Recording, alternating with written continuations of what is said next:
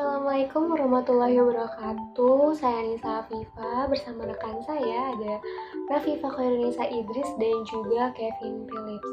Kami di sini akan memberikan ringkasan materi dari mata kuliah Etika dan Filsafat Komunikasi.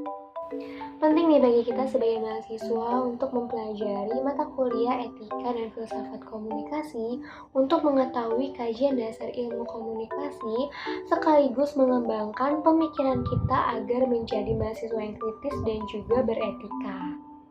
Etika bisa kita pahami sebagai suatu kebiasaan atau akhlak yang bila dikaitkan dengan perilaku, maka perilaku itu dikatakan etis jika dalam kerangka yang baik dan benar tentunya. Filsafat adalah suatu proses berpikir secara terstruktur, sistematis, rasional, dan juga mendasar. Sedangkan filsafat komunikasi merupakan kegiatan berpikir dan mengkaji secara mendalam, cermat, kritis terhadap proses komunikasi.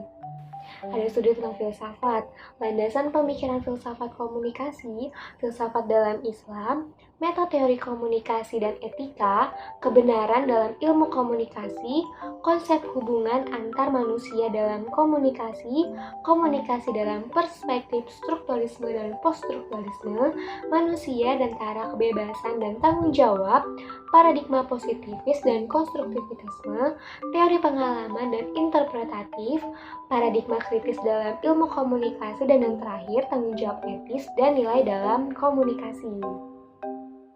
Indikator yang harus dimiliki mahasiswa adalah yang pertama yaitu kemampuan memahami etika dan filsafat komunikasi.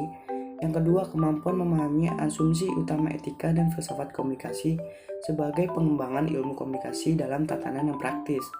Yang ketiga yaitu kemampuan memahami perspektif ilmu komunikasi dan memiliki wawasan pemikiran yang terbuka. Yang keempat yaitu mengetahui dan memahami kajian-kajian dasar etika dan filsafat komunikasi. Etika dan filsafat komunikasi dalam kehidupan manusia yaitu pertama melihat secara multidimensi, yang kedua memampukan memahami diri sendiri dan orang lain, yang ketiga mengasah pikiran, yang keempat memperbarui cara berpikir, yang kelima memunculkan banyak ide.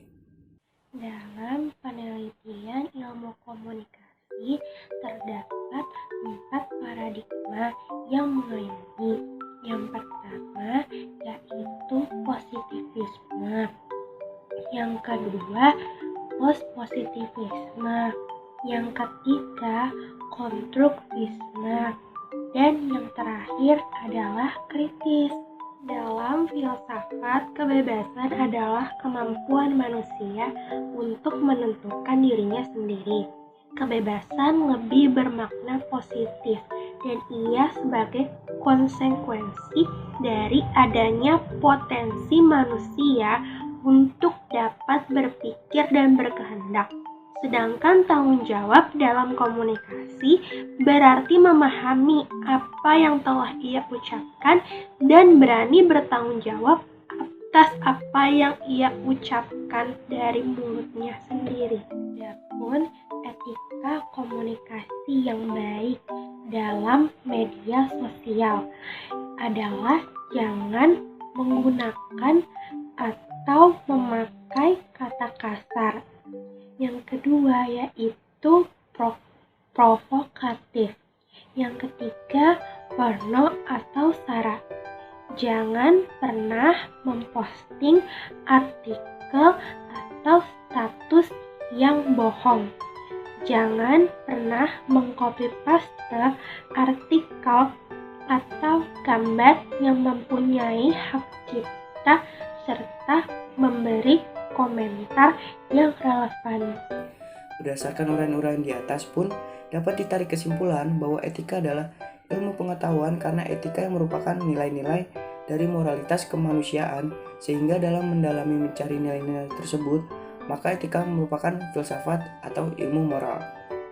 Hubungan etika dengan filsafat adalah merupakan pembatasan agar pemikiran manusia yang haus akan kebenaran dapat terjaga tidak keluar dari norma-norma yang seharusnya dan tetap dipertahankan.